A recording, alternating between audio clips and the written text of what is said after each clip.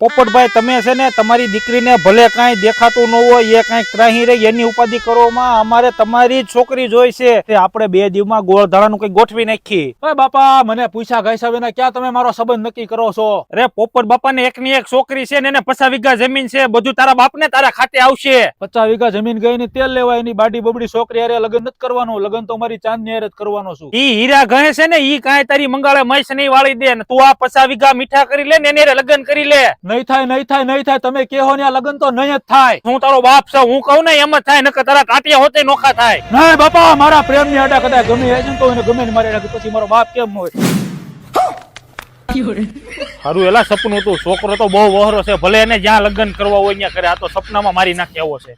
નાકે પેરી નથડી તમે બહુ નમણ્યા લાગો છો, એ મારા મન ગમતા સાથી રાણી.